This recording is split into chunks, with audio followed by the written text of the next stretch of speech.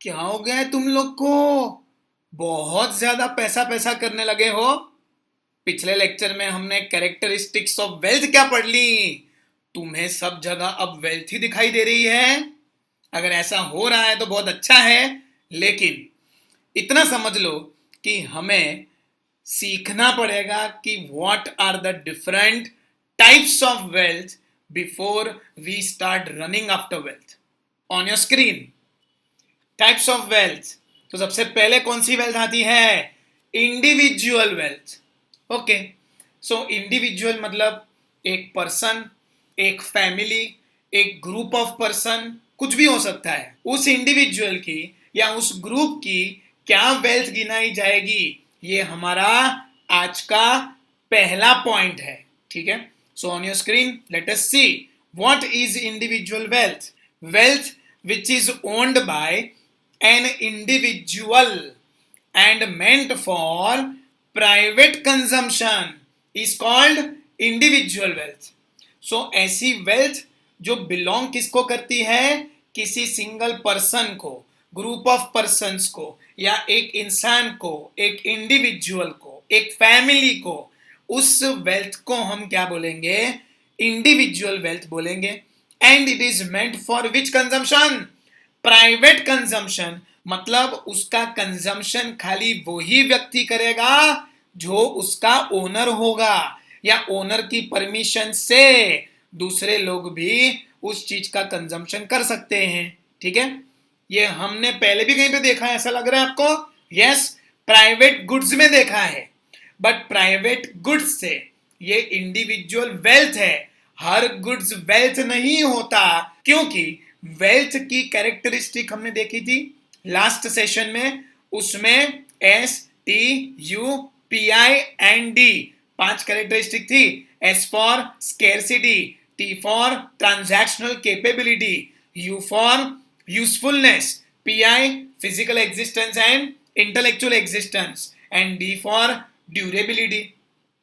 सो goods तो कोई भी हो सकते हैं, पेरिशेबल भी हो सकते हैं, लेकिन वेल्थ कभी पेरिशेबल नहीं होनी चाहिए। अगर वो है तो वो वेल्थ की डेफिनेशन में, उसकी कैरेक्टरिस्टिक में वो आता ही नहीं था। सो यहां पर इंडिविजुअल वेल्थ मतलब क्या?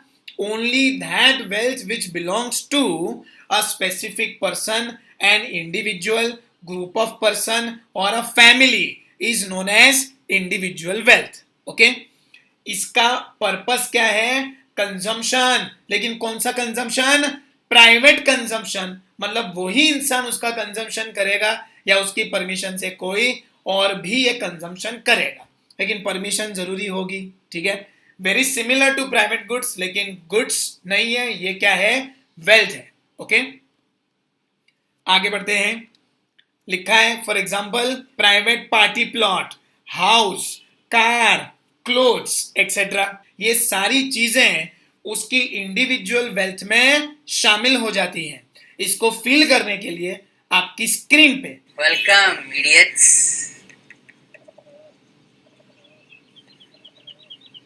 मदिरा पियोगे? ये वो रम है ना जो तुम लोग यहाँ पीते थे? Have a drink. अरे रैंचो कहाँ है? बताता हूँ, पहले ये देखो। मेरे वाइफ को ना उसके पीछे का बंगला देखो idiots. 3.5 million. Swimming pool heated, living room maple wood flooring, my new Lamborghini 6496cc, very fast. अबे हमें क्यों दिखा रहा है ये सब? हमें क्यों दिखा रहे हो ये सब? क्योंकि ये सारी उसकी क्या थी? इंडिविजुअल वेल्थ थी। ध्यान से देखना, सबसे पहले वो अपने हाथ में क्या लेके आया था? रम। He had bought that rum and these people were in Maharashtra or maybe at any state where these things would be allowed. So that was a individual wealth. फिर उसने क्या दिखाया फोटोग्राफ में? Bungalow, individual wealth. फिर उसने क्या दिखाया? अपना स्विमिंग पूल जो हीटेड था, उसका पर्सनल स्विमिंग पूल था, प्राइवेट कंजम्पशन के लिए बना है। उसके बाद उसने क्या दिखाया? लिविंग रूम, जिसका फ्लोरिंग कौन सा था? Maple flooring, which again was meant for their private use only. और फिर आखिर में उसने क्या दिखाया? अपनी बहुत बड़ी गाड़ी लैम्बोर्गिनी, और क्या बोला? 6496 सीसी, वेरी फास्ट। और ये कार वो खुद हर रोज चलाता होगा, पब्लिक के लिए तो बनी नहीं है. So all the products mentioned in that particular scene were which wealth? Individual wealth. Okay, that belong to that particular individual जिसका नाम क्या था? चतुर, साइलेंसर. यस, ठीक है. चलिए आगे बढ़ते हैं. Social wealth. Now what do you mean by social wealth? नाम में ही मतलब छुपा है. Wealth that belongs to the society is known as which wealth? Social wealth. जैसे आगे पढ़ते हैं. wealth which is owned by the society and meant for collective consumption. अच्छा, ऊपर इंडिविजुअल और प्राइवेट कंजम्पशन और नीचे क्या? Society and collective consumption is called which wealth? Societal wealth और सोशल वेल्थ. ठीक है. कहने का ये मतलब है कुछ चीजें हमने ऐसी जनरेट करी है, ऐसी बनाई है जो किसी इंडिविजुअल को बिलोंग नहीं करती, वो पूरी सोसाइटी को बिलोंग करती है. तो ऐसी कौन सी चीजें हमारे आमने सामने रहती है, हमारे इर्द गिर्द रहती है, हमारे आसपास रहती है? Let us see that. For example, common plot of society. Society है अपनी कोऑपरेटिव सोसाइटी जिसमें सब लोग कोऑपरेशन से रहते हैं. बंगलो है, फ्लैट है, उसी बंगलो या फ्लैट का कहीं पे दूर एक कॉमन प्लॉट है. ये कॉमन प्लॉट बच्चों के खेलने के लिए बना होता है, सीनियर सिटीजन के बैठने के लिए बना होता है. साइड में बेंचेस होती हैं, एक बास्केटबॉल रिंग होती है, वो भी वहां पर साइड में होती है. फिर कहीं पर बीच में 2 पोल्स होते हैं, वो पोल्स में नेट बांध के हम वॉलीबॉल, बैडमिंटन कुछ भी खेल सकते हैं. फिर कहीं पे सेंटर में एक पिच होगी तो वहां पर लोग क्रिकेट खेल सकते हैं. ऐसे कॉमन प्लॉट को हम क्या बुलाएंगे? सोशल वेल्थ बुलाएंगे, क्योंकि वो कॉमन प्लॉट ना तुम्हारा है ना मेरा है, वो तो पूरी सोसाइटी की वेल्थ है. और इसीलिए उसको कौन सी कैटेगरी में डालते हैं? सोशल वेल्थ में डालते हैं. ठीक है. फिर फुटपाथ है ना, तो फुटपाथ आपने कई बार चले होंगे फुटपाथ पे, कई मूवीज में आपने देखा है, रियल लाइफ इंसिडेंसेस भी सुने हैं कि फुटपाथ पे कुछ गरीब लोग सो रहे थे, कोई आया, उसने अपनी गाड़ी इन गरीबों पे चढ़ा दी और वो बंदा बिंदास आजकल घूम रहा है ना. पता है ना किसकी बात कर रहा हूं? यस, सलमान खान की.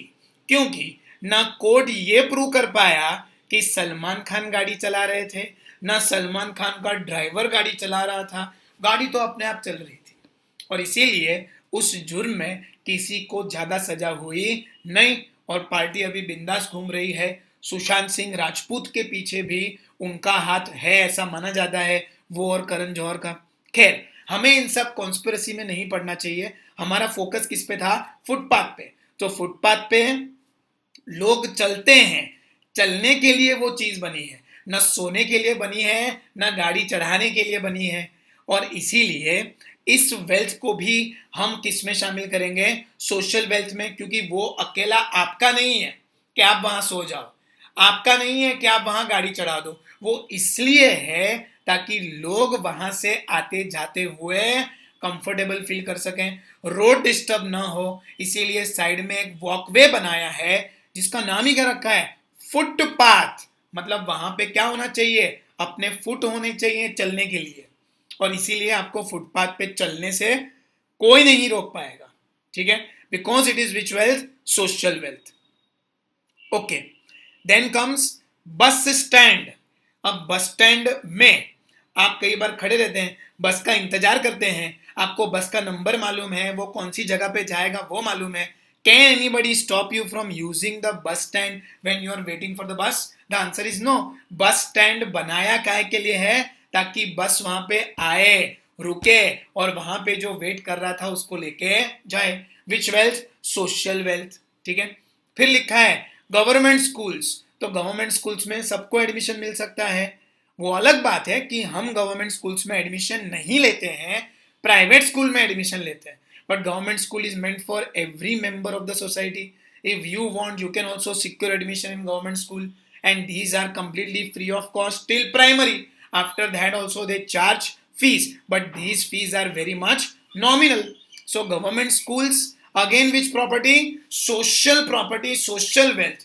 क्योंकि it is made in the interest of society at large. किसी इंडिविजुअल को या ग्रुप को बिलोंग नहीं करता, पूरी सोसाइटी को बिलोंग करता है। और आप सभी ने ये देखा ही है कि government schools are made for enrichment of people, are made for benefit of people, और लोग वहां पढ़ते हैं, वहां पर वो सारी सुख सुविधाएं होती हैं जो किसी नॉर्मल स्कूल में होनी चाहिए। लेकिन हम वहां पर हरकतों से बाज नहीं आते हैं। जैसे आपने कई बार ये महसूस किया होगा कि आपकी स्कूल में भी जो टॉयलेट होता है, बाथरूम होता है, वॉशरूम होता है, रेस्ट रूम होता है, उसमें कई सारी हरकतें करने की कई लोगों को हैबिट है। Let's discuss about one small incident that my friend faced when he was in school. वो एक बार यूरिनेशन के लिए गया था। तो मेल यूरिनर्स कैसे होते हैं ये आपको बताने की जरूरत नहीं है, ठीक है, आपको मालूम ही है, खड़े खड़े कर सकते हैं। तो वो जब ये एक्टिविटी कर रहा था तो उसके सामने दीवार पे लिखा हुआ था ऊपर जो, तो उसने ऊपर देखा, फिर ऊपर जो, जहां पे उसने ऊपर देखा वहां पे लिखा था आ बाजू जो, तो उसने ये बाजू देखा। फिर वहां पे लिखा था नीचे जो, तो उसने वहां पे देखा। और फिर लिखा था वहां नीचे आजू बाजू जोવાનું बंद कर, शांति थी करने। समझ में आ गया? मतलब ये हरकतें हम जानबूझ के ऐसी जगहों पे करते हैं which does not belong to us. क्या हमने कभी यही चीज अपने बाथरूम में करी, अपने ही लिए या अपने किसी फैमिली मेंबर के लिए? कभी नहीं। वहां पर लिखना अलाउड नहीं है, वहां पर ऐसी चित्रपिंडी करना अलाउड नहीं है। घर के बाथरूम आपने काफी साफ सुथरे रखे हुए हैं क्योंकि वो हर रोज हम ही को इस्तेमाल करने हैं। There is no surprise element for anyone, ठीक है। चलिए, so government schools again which property, social wealth. Society के जो इंटरनल रोड्स होते हैं, जो जिसपे हम क्रिकेट खेलते हैं, वो भी कौन सी वेल्थ हुई? सोशल वेल्थ हुई। और वहां पर आते जाते हुए जितने भी लोग हैं कि इनकी गाड़ी पार्क्ड है, उन सबको हम परेशान करते हैं, हमारा हक बनता है। क्यों? क्योंकि सोसाइटी के जो इंटरनल रोड्स हैं they are meant for everyone who is in that society. इसको और डिटेल में समझने के लिए एक सीन आपकी स्क्रीन पे। क्या हो रहा है यहाँ पर? देखते ही पूरा ट्रैफिक जाम है। बस हटाओ यहाँ से। जानते हो मैं कौन हूँ? ड्राइवर, रूलिंग पार्टी का ड्राइवर हूँ, मालूम? तो क्या हुआ? जल्दी जाके कैमरा ला। तुम पहले स्टूडेंट लोगों को अरेस्ट करो, फिर बस हटेगी। ये ड्राइवर ने हमारा स्टूडेंट पे हाथ उठाया है। जब तक ये हमसे माफी नहीं मांगता, हम लोग यहाँ से नहीं लेंगे। पहले बस को साइड में लगाओ, ट्रैफिक क्लियर होने दो, फिर बात करेंगे। बस नहीं हटेगी। अरे मेरी बात तो सुनो। ट्रैफिक जाम, ये देखो, पेड़ गिराया, सोशल वेल्थ, पूरी पब्लिक प्रॉपर्टी डिस्ट्रॉय कर रहे हैं।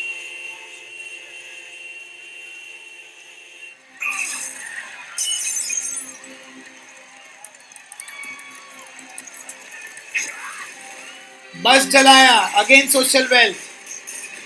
Police van, social wealth. Look at the damage. अपना वोट बैंक बचाने के लिए आपने सारा महाराष्ट्र जलने दिया। 250 करोड़ रुपए की प्रॉपर्टी जलकर राख हो गई क्योंकि आप चुप रहे। सैकड़ों गाड़ियां जली, लोग घायल हुए, मरे आपकी वजह से। आपने किसी को कोई कार्रवाई नहीं करने दी क्योंकि आपसे आपकी कुर्सी नहीं छूट रही थी, है ना?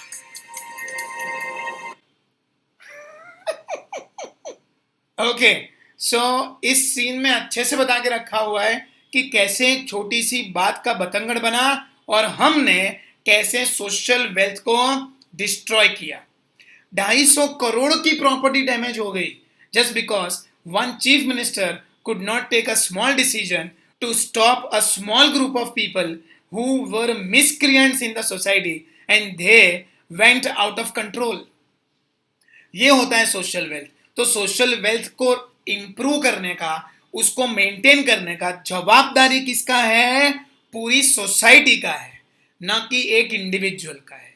ओके, सो कलेक्टिव कंजम्पशन है तो कलेक्टिव ड्यूटीज भी आएंगी, कलेक्टिव ओनरशिप भी आएंगी, तो हमें कलेक्टिवली काम भी करना पड़ेगा। Okay, so wealth from 2 points of view, one was individual and the other is social. एक लेवल और ऊपर जाएंगे तो क्या मिलेगा आपकी स्क्रीन पे? National wealth. ओके, मतलब वेल्थ या मेरी हो सकती है, मेरी सोसाइटी की हो सकती है, या मेरे देश की वेल्थ हो सकती है, ठीक है। So national wealth of course नाम में ही मतलब छुपा हुआ है. नेशनल वेल्थ मतलब wealth belonging to a particular nation. Nation मतलब एक कंट्री. ओके, चलिए. Wealth belonging to a nation possessed and treasured by a nation is called national wealth. मतलब आप तुम्हारे मेरे बारे में ना सोचे, हमारी सोसाइटी के बारे में ना सोचे, हमारे शहर के बारे में ना सोचे, स्टेट के बारे में ना सोचे, हम ओवरऑल इंडिया के बारे में सोचे. ऐसी कौन सी वेल्थ है जो हमारी कंट्री को बिलोंग करेगी? That wealth is nothing but the national wealth. Understood?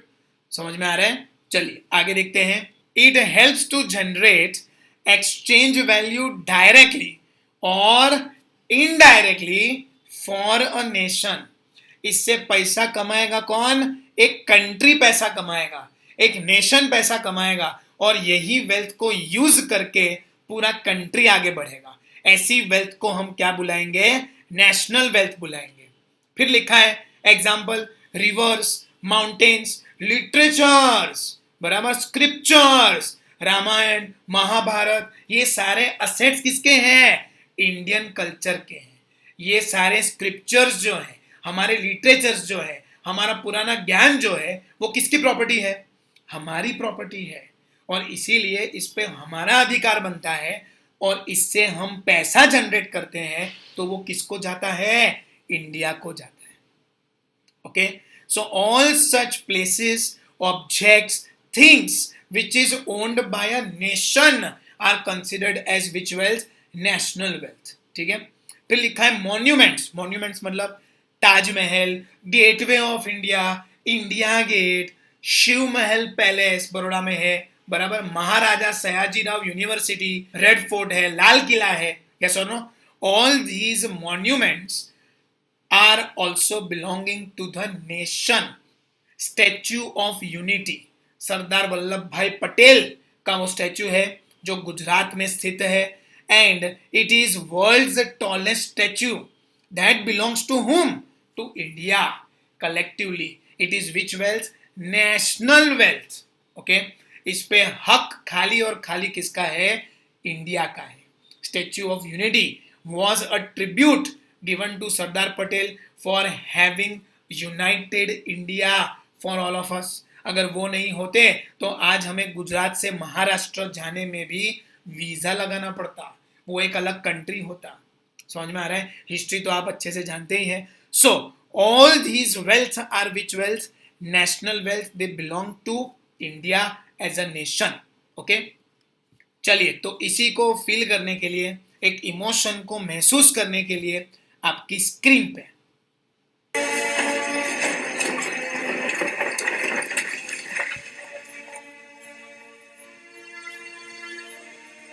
ये इस इलाके में एलओसी के पास इंडिया का आखिरी गांव, सुप्रा का. इंडिया का आखिरी गांव. कहाँ के रहने वाले? दिल्ली. राजधानी. राजधानी किसकी? इंडिया की. ये हाईवे इस नदी के साथ साथ श्रीनगर से लेह तक जाता है. यही एक मोड़ है जो कश्मीर और लद्दाख को जोड़ता है. वो पहाड़ियां देख रहे हो? उनके दूसरी तरफ लाइन ऑफ कंट्रोल है, एलओसी. वहां उधर हमारी चौकियां हैं, और सामने पाकिस्तानियों की. आज देखेंगे. करण, वो सामने पाकिस्तानी चौकी देख रहे हो?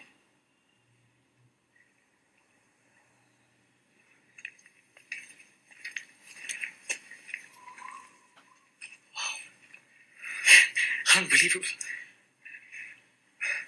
और ये जो पिलर गड़ा है, ये है एलओसी. और यहां से लेकर वहां तक नो मैंस लैंड. ना उनका ना हमारा. फिर भी आए दिन गोलियां चलती हैं, फायरिंग होती है तो हम भी जवाब देते हैं. It's amazing. I mean, जानता तो हमेशा था, मगर पता नहीं कि मैंने पहले कभी इस तरह सोचा नहीं था कि मैं हिंदुस्तानी हूँ. I'm an Indian. Line of control. और वो देखने के बाद इस भाई साहब को पहली बार एहसास हुआ कि वो एक इंडियन है. वो फीलिंग आप में कभी आती है when you are on the geographical boundary of the nation, कि इस पार जाओगे तो पाकिस्तान है, अपना एनिमी है, और अगर ये तरफ रह जाओगे तो वो अपना कंट्री है. That is we are safe and sound in our own nation. Understood? So that feeling of belonging to a nation comes only when either you are near to the geographical boundary or you cross the geographical boundary that I am an Indian. ठीक है? So all such wealth which belongs to the whole nation is nothing but national wealth. Okay? चलिए आगे बढ़ते हैं. International wealth. Okay, what do you mean bye international? एक दो nation की बात नहीं चल रही है, सभी नेशंस की बात चल रही है. सो इंडिविजुअल से आगे बढ़े हम सोसाइटी, सोसाइटी से आगे बढ़े नेशनल, अब नेशनल से आगे बढ़ेंगे तो क्या होगा? इंटरनेशनल ही होगा ना. मतलब wealth belonging to the planet Earth and treasured by all nations, which is developed for benefit of all, is called which wealth? International wealth. ठीक है? सो इस वेल्थ पे किसी एक कंट्री का, किसी एक स्टेट का, किसी एक इंडिविजुअल का, किसी एक फैमिली का कोई कंट्रोल नहीं है. किसका कंट्रोल है? पूरी दुनिया का कंट्रोल है. ये ऐसा वेल्थ है which belongs to the whole world. A single person, group, state, city, nation cannot exercise ownership over this wealth. तो ऐसी कौन सी वेल्थ है? Let us see that. For example, oceans हैं, वो किसी के नहीं है क्योंकि जोग्राफिकल बाउंड्री अपनी खत्म हो जाती है एक लिमिट के बाद. उसके बाद जो एरिया स्टार्ट होता है वो किसी का नहीं है. पिछले वीडियो में भी आपने देखा वो पिलर था वाइट, वो लाइन ऑफ कंट्रोल था और उनकी चौकी से लेकर अपनी चौकी तक उसने क्या बोला? No man's land. मतलब no individual has the right to exercise control over that, which means even that no man's land belongs to the whole world. कोई आके उस पर कंट्रोल कर नहीं सकता. ठीक है? फिर ओशन हो गया, लैंड हो गया, स्काई है ना. आपने देखा ही है, सुना ही है, समझा ही है कि स्काई, स्पेस, स्काई में आप बाउंड्री को कैसे नापोगे? लास्ट ईयर की बात है, अपना एक इंडियन सोल्जर, ठीक है, हवा में उड़ते उड़ते MiG-21 वो चला रहे थे और वो उड़ते उड़ते पहुंच गए पाकिस्तान.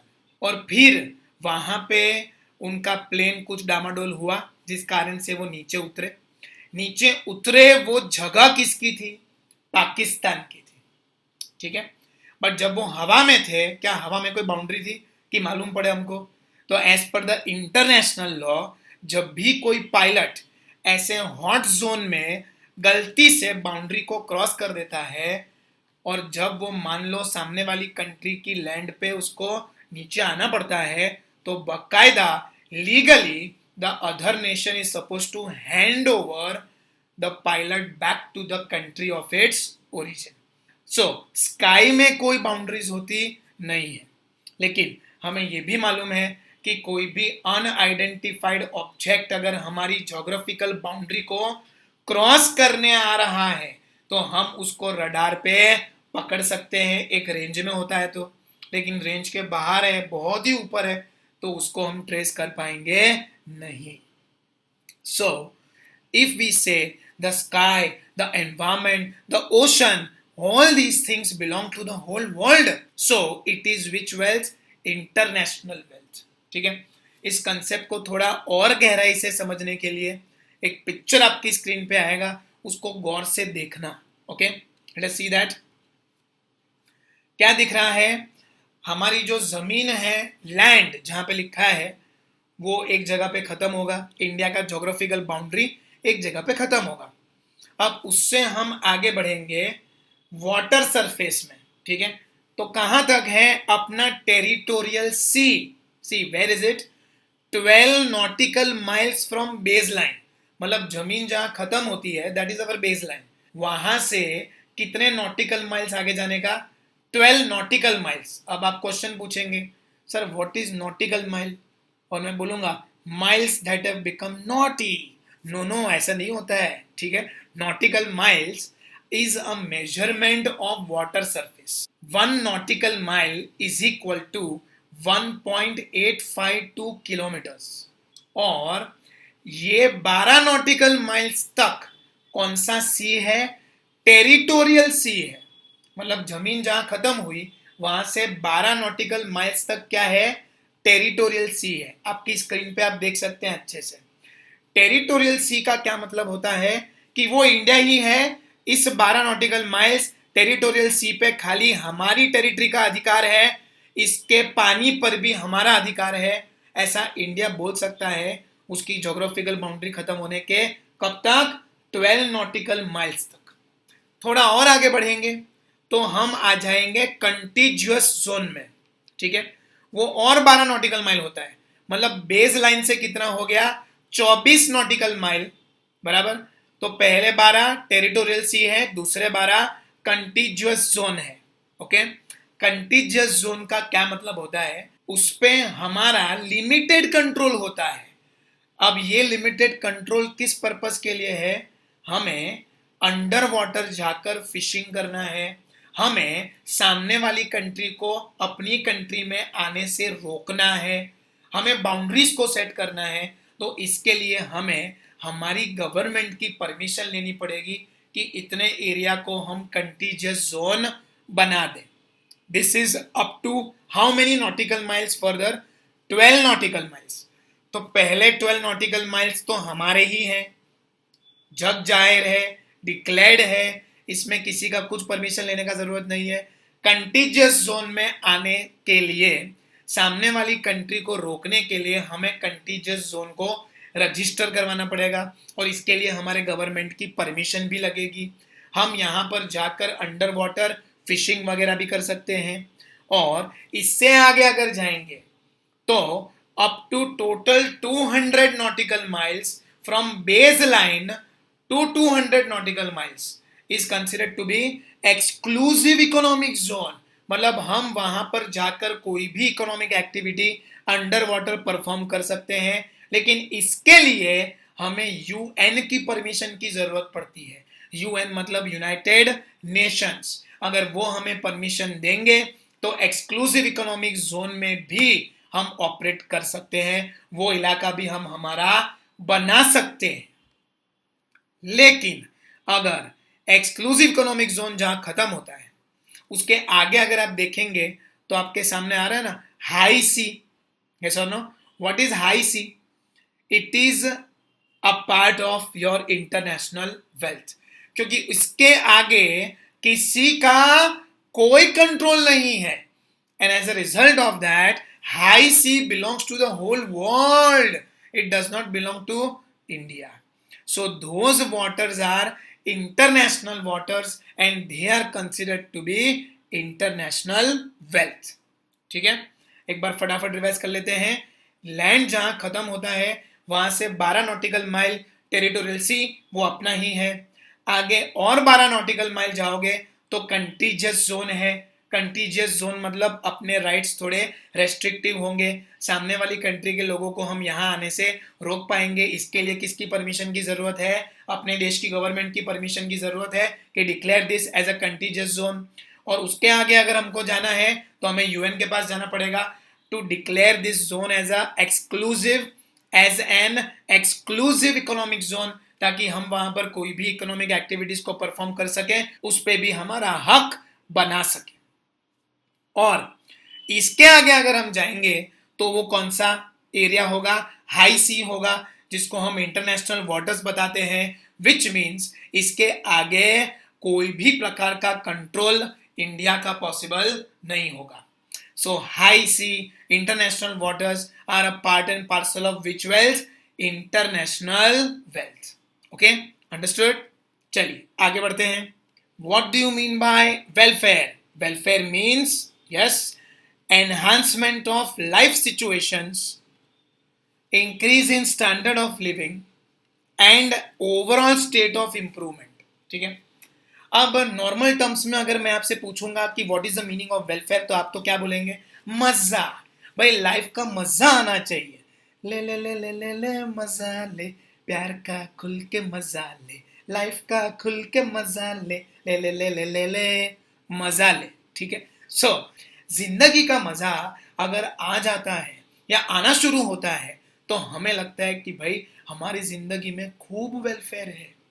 हम कई बार अकेले अकेले खुश होकर मुस्कुराते हैं तो you are very happy with your life. ऐसा तब भी होता है जब आपको प्यार हो जाए, मैं जानता हूँ, ठीक है। So welfare means something that happens for betterment in your life. So we want to have good quality food. We want to wear good quality clothes. We want to have good quality electronic instruments. चाहे वो mobile phone हो, laptop हो, ठीक है। हम अच्छी sports activities में भी पार्टिसिपेट करना चाहते हैं, हम ब्रांडेड क्लोथ्स पहनना चाहते हैं, ठीक है, हम दुनिया घूमना चाहते हैं। ये सारी चीज अगर आपके साथ होनी शुरू हो जाए तो समझ जाओ कि आपकी जिंदगी में क्या आ गया है, वेलफेयर आ गया है। So carefully observe the statements. Enhancement of life situation, enhancement का मतलब होता है इंक्रीज और betterment of life situations, upgradation of life situations, okay, improvement in life situations. Then comes increase in standard of living. Standard of living आपका बहुत improve हो जाएगा। कई लोग बोलते हैं ना कि पैसों के पीछे हमने भागा और हमारी दुनिया एकदम खल्लास हो गई, लेकिन सामने एक काउंटर आर्ग्यूमेंट आता है, दुखी तो इंसान किसी भी हाल में होने वाला है, चाहे वो पैसों के पीछे भागे या ना भागे। somehow it is more comfortable to cry in a BMW as compared to crying on a bicycle. So at least यहाँ पर कंफर्ट तो है जिसमें बैठ के तुम रो, क्योंकि उदासी, sadness is a part and parcel of everyone's life. But you should have something with you जो आपके वेलफेयर को डिफाइन करे, जो आपके लेवल को डिफाइन करे, आपके स्टैंडर्ड ऑफ लिविंग को पतियाए। सो वेलफेयर मीन्स लाइफ सिचुएशंस को इंप्रूव करना, स्टैंडर्ड ऑफ लिविंग को बढ़ाना और ओवरऑल स्टेट ऑफ इंप्रूवमेंट में रहना, मतलब कंटिन्यूअस इंप्रूवमेंट की प्रोसेस में शामिल होना। What do you mean by improvement, how to do improvement? सबसे पहले तो हम किसी एक्टिविटी को क्या करते हैं, आइडेंटिफाई करते हैं। आइडेंटिफाई करने के बाद उसका प्लानिंग करते हैं, प्लानिंग करने के बाद उसको हम एग्जीक्यूट करते हैं, एग्जीक्यूट करने के बाद हम उसका रिव्यू करते हैं और कंटिन्यूसली हम वापस उस प्रोसेस को दोहराते हैं। इससे क्या होगा, आपकी जिंदगी में कंटिन्यूस इंप्रूवमेंट आप चाहोगे, आपकी जिंदगी में वो कंटिन्यूस इंप्रूवमेंट आना स्टार्ट होगा। उसी को हम क्या बोलेंगे बेटा, वेलफेयर बोलेंगे। ठीक है, चलिए आगे बढ़ते हैं। Welfare can be measured quantitatively in the context of growth. Growth के तौर पे क्या आएगा, नेशनल इनकम। आप अगर उस एक देश की पूरी इनकम को देखेंगे तो आपको मिलेगा national income. Income of the whole nation collectively is national income expressed in terms of numbers. Numbers मतलब क्वांटिटेटिवली, तो ये क्या बताएगा कि कंट्री का इकोनॉमिक ग्रोथ हो रहा है कि नहीं हो रहा है, उस कंट्री में वेलफेयर हो रहा है कि नहीं हो रहा है। Then comes availability of food grains, per person कितना खाना अवेलेबल है एक कंट्री में, ये हम मेजर करके वेलफेयर देख पाएंगे किसी भी कंट्री का, किसी भी इंडिविजुअल का। फिर पर person availability of housing facility कितना है, ये देखकर भी हमें ग्रोथ मालूम पड़ेगा। सो अगर आपको वेलफेयर मेजर करना है और वो वेलफेयर आप नंबर्स में एक्सप्रेस कर सकते हैं तो वो कौन सा वेलफेयर हुआ, क्वांटिटेटिव वेलफेयर हुआ। और क्वांटिटेटिव वेलफेयर जब हम पढ़ते हैं तो उस कंसेप्ट का नाम हम क्या देते हैं, ग्रोथ देते हैं। ठीक है, growth, economic growth is measured quantitatively, ultimately बताएगा welfare in which terms, quantitative terms. फिर qualitatively in the context of development, मतलब आपकी क्वालिटी ऑफ लाइफ कैसी है, आपकी हेल्थ कैसी है, आप कैसा काम कर रहे हैं, are you doing work which you enjoy और you have learned enjoying what you are doing, है ना, दोनों में फर्क है। फिर फाइनेंशियल मटेरियल वेलबींग आपका कैसा है, आपके सेंस ऑफ बिलोंगिंगनेस कैसी है, whether you have that sense that you belong to the society, whether society wants you as a part of it और नॉट, ये भी सब क्वालिटी ऑफ लाइफ में आएगा। पर्सनल सेफ्टी वहां पर होनी चाहिए, अपने को क्वालिटी ऑफ एनवायरनमेंट कैसा मिल रहा है वो भी बताता है कि अपनी जिंदगी में कितना वेलफेयर है। इमोशनल वेलबींग मतलब आप इमोशनली कितने स्टेबल हैं, कितने अनस्टेबल है, वो बताएगा कि आपकी जिंदगी में वेलफेयर है कि डिसवेलफेयर है। आपके सोशल रिलेशनशिप्स कैसे हैं, all these factors which define quality of life. Qualitatively it is measured welfare that is covered under the concept of economic development. ठीक है, सो खाली पैसा, कमोडिटी, नंबर्स, उसमें कोई वेलफेयर खाली उसी में है ऐसा नहीं है। Welfare is also in the level of happiness and the quality of life we live. So both of them should be there in any nation. और इसीलिए welfare can be measured qualitatively and quantitatively. Quantitatively अगर measure हो तो वो growth है, qualitatively अगर वो major हो तो वो डेवलपमेंट है। 12th स्टैंडर्ड में डिटेल में पढ़ेंगे, इस पे पूरा एक चैप्टर है। ओके, चलिए फिलहाल आगे बढ़ते हैं। Subject of welfare can be studied as individual welfare, when an individual makes efforts to improve his और her standard of living and wellbeing. मतलब एक इंडिविजुअल इंसान एफर्ट डाल रहा है, अपनी मेहनत से आगे बढ़ रहा है, अपनी जिंदगी को बेहतर बनाने के लिए, अपनी, which means what? Individual. So an individual is putting efforts to increase which welfare? His own welfare. That welfare is known as which welfare? Individual welfare. मेरा घर, मेरा मकान, मेरी गाड़ी, मेरा ग्राउंड, मेरा स्विमिंग पूल, मेरा फलाना, मेरा ढिमका, मैं खाली मेरी ही बात करूंगा, अपनी ही दौड़ाता रहूंगा, तो मैं किस वेलफेयर की बात कर रहा हूं? इंडिविजुअल वेलफेयर की बात कर रहा हूं। ठीक है, और दूसरा होता है collective welfare, when nations and government seek to improve growth, development etcetera. मतलब आप अकेले अपनी बात नहीं कर रहे हैं, एक लीडर है जो अपने फॉलोवर्स के वेलफेयर के बारे में सोच रहा है, एक लीडर है जो पूरे देश के बारे में सोच रहा है। इस वेलफेयर को हम क्या बोलेंगे? कलेक्टिव वेलफेयर बोलेंगे। So whether you want to do betterment of your own और you want to do betterment of the whole society और of the whole nation, that will decide whether we are aiming individual welfare or collective welfare. So welfare can be studied into two parts. One is individual welfare and the other is collective welfare. जो इंसान खाली अपने बारे में सोचे, individual welfare. जो इंसान पूरी सोसाइटी के बारे में सोचे, तो वो किसको टारगेट कर रहा है?